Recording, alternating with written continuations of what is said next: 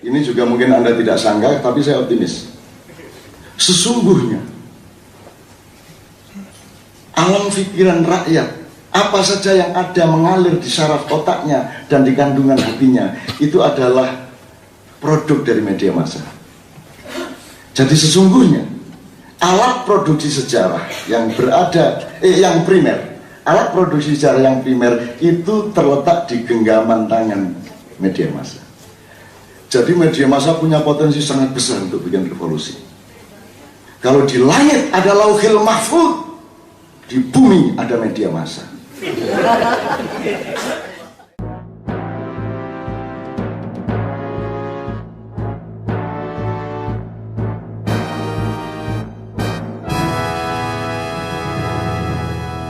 Aktivis nasionalis bertemu bersama-sama pada hari ini, terus nanti 2014 masih ada pemilu, berarti khayalan pertemuan ini.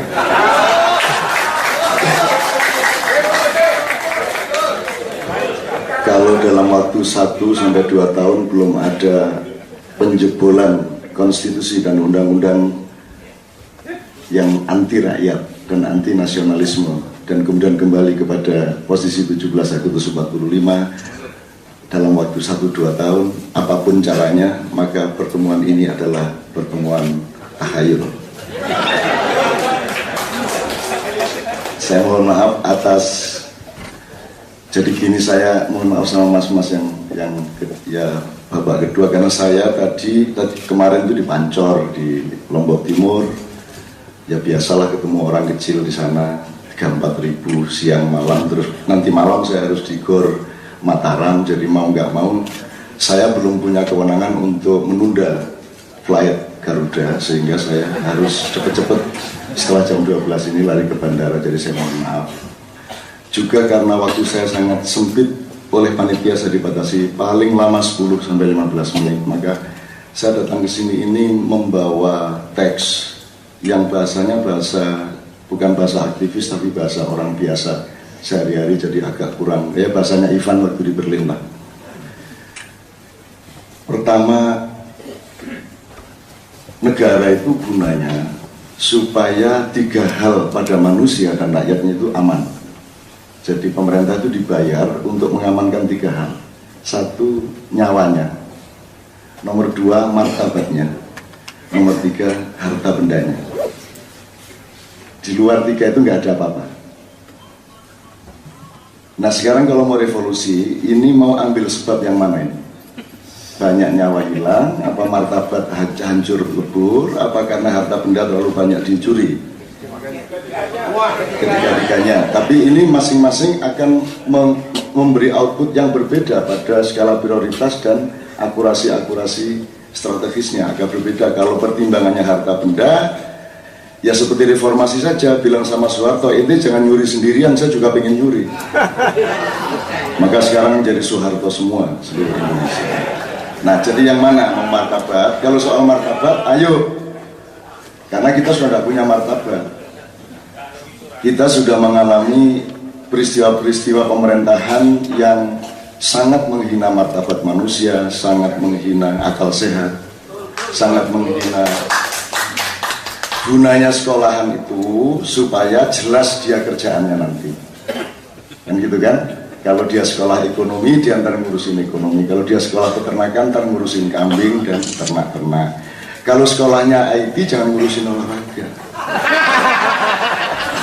Nah terus gunanya universitas apa? Nah dulu Gus Dur yang merintis ini, ASIK, ahli fikih, ngurusin teknologi. Nah itu kalau Gus Dur enggak apa-apa karena dia wali ke-10. Nah, tapi kalau SBY kan bukan wali, dia kan hanya orang yang ingin melindungi supaya hambalang tidak melebar-lebar kerjanya. Maka ditaruhlah Rai Gedek itu di. Memang saya sudah bilang bahasa sehari-hari ya. Saya baca aja daripada saya. Karena tiap hari saya ngomong sama orang-orang biasa, jadi kalau sama aktivis saya mending saya kasih pointers. Yang pertama, judulnya 6 Jalan Revolusi. Aslinya 5, cuman di sini terus berpikir ada 1 lagi. Pertama saya ingin ngomong buku ini dulu, ngomong merajut kembali Nusantara. Saya usul, ini Nusantara pada skala waktu yang mana? Nusantara sejak Angkatan 28, Nusantara sejak Demak Mataram, atau sejak Mojopahit, atau sejak Sriwijaya, atau Ratu Sima, atau yang mana? Kan gitu, atau Nusantara Kus-Plus, Nusantara berapa, volume berapa? Jadi kalau mau ngomong merajut kembali Nusantara, harus diperjelas dulu melalui penelitian yang objektif, diskusi para expert, maupun diskusi publik untuk memastikan bangsa Indonesia ini satu. Harus dipastikan kita ini bangsa Garuda ataukah bangsa emprit. Dua, apakah kita ini bangsa besar ataukah bangsa kerdil. Yang jelas, sebab kebangkitan orang besar berbeda dengan kebangkitan orang kerdil. Kebangkitan ayam berbeda dengan kebangkitan burung. Kalau kamu tidak tahu kamu ayam atau burung, bagaimana cara bangkit? Sudah jelas kamu ayam mau terbang-terbang. Kan begitu kan? Kamu cacing mau menerkam-nerkam, kan begitu. Jadi orang Indonesia kehilangan dirinya dan tidak pernah mencari siapa dirinya. Jadi kalau mau merajut Nusantara kembali, harus ada penelitian yang cukup panjang dan ada diskusi di semua lapisan. Nomor 3, kita ini bangsa merdeka ataukah bangsa jajahan? Amerika itu penjajah ataukah tangan panjang penjajah? Ada 3 tipu daya dunia, 3 tahap sejak lahirnya Isa. Tahap pertama, tidak terima Nabi Musa kok disaingin sama anak ajaib. Kalah populer Nabi Musa. Ini kan bayi tidak punya bapak bisa ngomong, kan Nabi Musa kan paling cuma belah laut, itu pun kalau disuruh baleni sorenya tidak terbelah lautnya. Karena yang sakti Tuhan, bukan tongkatnya dan bukan Musa lah. Jadi dia kalah hebat sama Nabi Isa. Akhirnya cemburu lah ini anak buahnya Musa. Terus akhirnya bikin rekayasa, memfitnah segala macam, berpuncak pada penyaliban Yesus Kristus. 37 tahun kemudian dibikin rapat setelah kenaikan Isa. Soalnya, loh setelah saya salib kok malah lebih populer. Kalah ini Musa. Oh, kan memang begitu hukum alam. Setelah video porno malah jadi hit.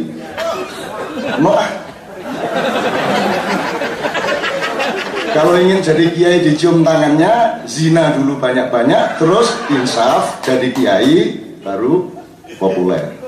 Gunanya Islam di muka bumi ini adalah khusus untuk para koruptor, begitu tertangkap pakai peci dan jilbab. Dan begitu diadili pakai tasbih, bunyinya asu.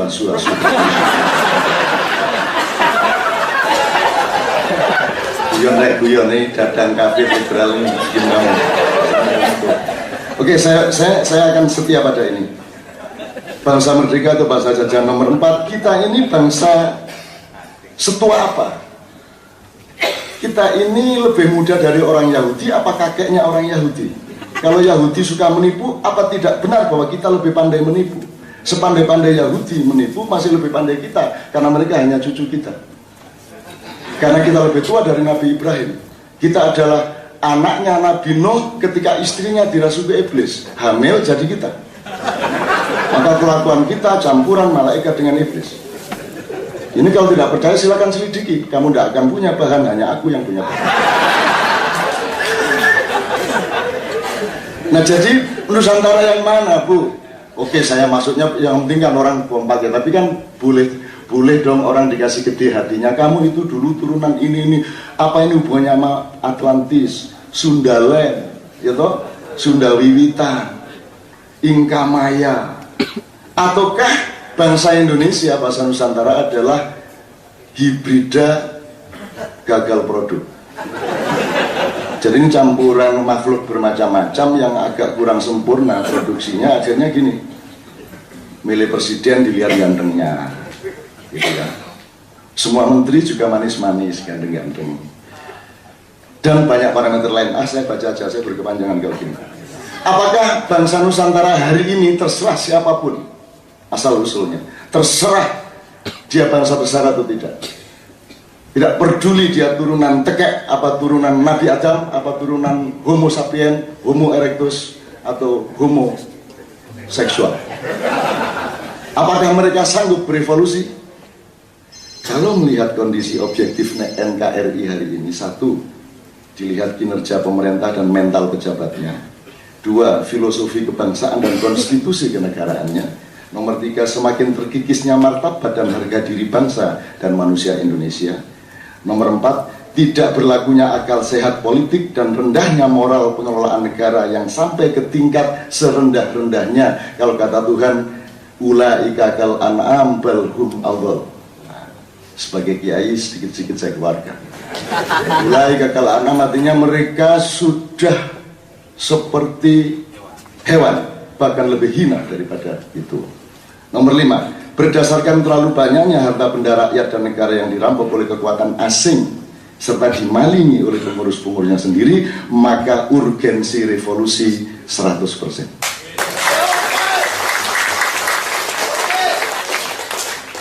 Oke sih. Tapi kalau melihat kualitas kelas menengah hari ini, terserah parameternya Pak Ivan nanti yang bisa merumuskan. Kalau melihat tingkat kerapuan otaknya masyarakat, kerapuan rasionalitas masyarakat, melihat subhat ideologi, subhat itu apa? Dan subhat itu ambigu. Subhat ideologi dan nasionalisme aktivis di berbagai level dan segmen. Nomor 4, mustahilnya lahir kepemimpinan nasional seperti disebut tadi melalui pintu sistem dan undang-undang perpolitikan yang ada sekarang, maka kan terjadinya revolusi di bawah 10%. Tapi kalau melihat potensi watak revolusioner radikal anarkisnya manusia dan bangsa Indonesia, maka sesungguhnya sangat tinggi kemungkinan untuk revolusi dalam waktu dekat. Karena manusia Indonesia adalah manusia yang paling radikal, paling revolusioner di muka bumi. Berani naik kereta api 200 orang tanpa pegangan, berani kawin tanpa pekerjaan, berani beranak lagi meskipun kredit motor belum beres. Puncaknya adalah SBY bisa jadi presiden. Itu keajaiban luar biasa menurut akal sehat. Tapi tangguhnya kehidupan rakyat, ngawurnya para pemimpin, ribu-ribu perilaku nekat dalam berbagai bentuk, bidang dan ranah nilai menunjukkan bangsa Indonesia selalu siap untuk membiarkan kebobrokan. Kan revolusioner namanya ya. Mestinya kalau orang kesakitan kan marahin enggak, karena dia mampu revolusi atas dirinya. Rawa polor harap nopo, silahkan menindas, saya nggak akan apa-apa. Kalau revolusioner, ayo Belanda datang lagi, daripada yang nindas SBY mending kamu sekalian Belanda, ayo sini, campur Arab, campur Amerika. Rakyat selalu siap untuk kehilangan negara. Jangan dipikir kalau negara Indonesia bubar tahun 2015 katanya akan jadi 17 negara bagian terus rakyatnya sedih. Enggak. Rakyat Indonesia tuh enggak peduli ada negara atau tidak. Wong kerjanya negara cuma ngerepotin hidup mereka. Begitu bubar negara, syukuran istighosah sama siapa. Rakyat kok. Tuhan kaget, loh kok gitu. Saya salah bikin ini bahasa Indonesia. Dulu Gus Dur yang Tuhan bingung, saya dulu bikinnya nggak gitu loh. Sekarang saya Indonesia, Tuhan bingung loh, aku dulu bikinnya nggak gini. Ini mesti ada subversi iblis gitu. Akhirnya Tuhan nyari iblis nggak ketemu sampai hari ini. Padahal di Cikeas ya.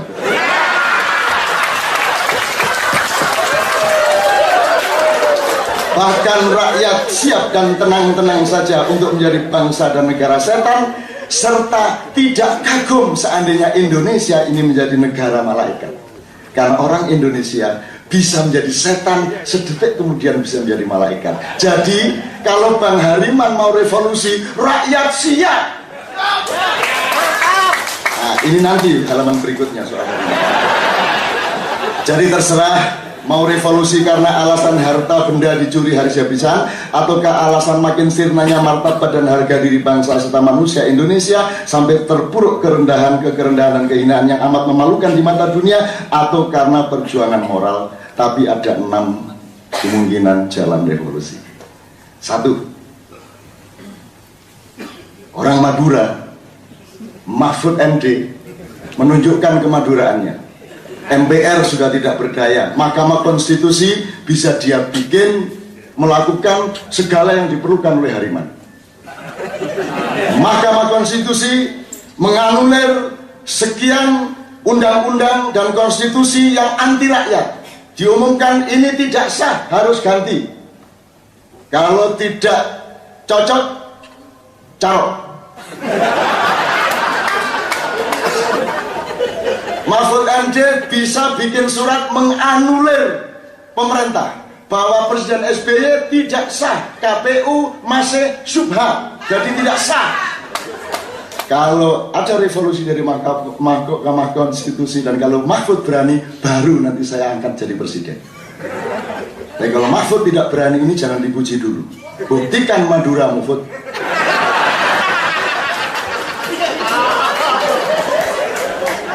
Orang Madura itu ijazahnya palsu saja dia bisa pertahankan terhadap KPK. Kalau ijazah saya ada palsu, kata si bupati, saya jadi gubernur. Tuhan saja dilawan sama orang Madura. Tuhan memberi terbakar rumah gara-gara dia rakus waktu jadi nelayan. Terus dia bilang sama Tuhan, masalah laut kenapa dibawa-bawa ke darat?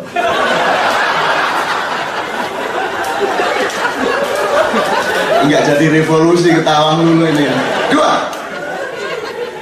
Presiden SBY, siapa tahu ya, melakukan tindakan revolusioner atas dirinya dan negaranya, mengacu pada hayam wuruk yang membatasi dirinya berposisi sebagai kepala kerajaan atau kepala negara dan menyerahkan kepemimpinan pemerintahannya kepada Perdana Menteri yang namanya Gajah Mada. Terserah prosedur konstitusinya. Tapi SBY, saya tak jadi lambang negara saja. Saya minta, saya akan bikin Dewan Negara, semua orang-orang tua yang terpercaya bersama saya. Terus nanti saya angkat Perdana Menteri, pokoknya entah apa namanya yang ngurusin. Ini kalau SBY berani. Kalau enggak apa-apa. Wong ini juga iseng-iseng. Nomor 3. Ini juga mungkin Anda tidak sangka, tapi saya optimis. Sesungguhnya alam pikiran rakyat, apa saja yang ada mengalir di saraf otaknya dan di kandungan hatinya, itu adalah produk dari media massa. Jadi sesungguhnya alat produksi sejarah yang yang primer, alat produksi sejarah yang primer itu terletak di genggaman tangan media massa. Jadi media massa punya potensi sangat besar untuk bikin revolusi.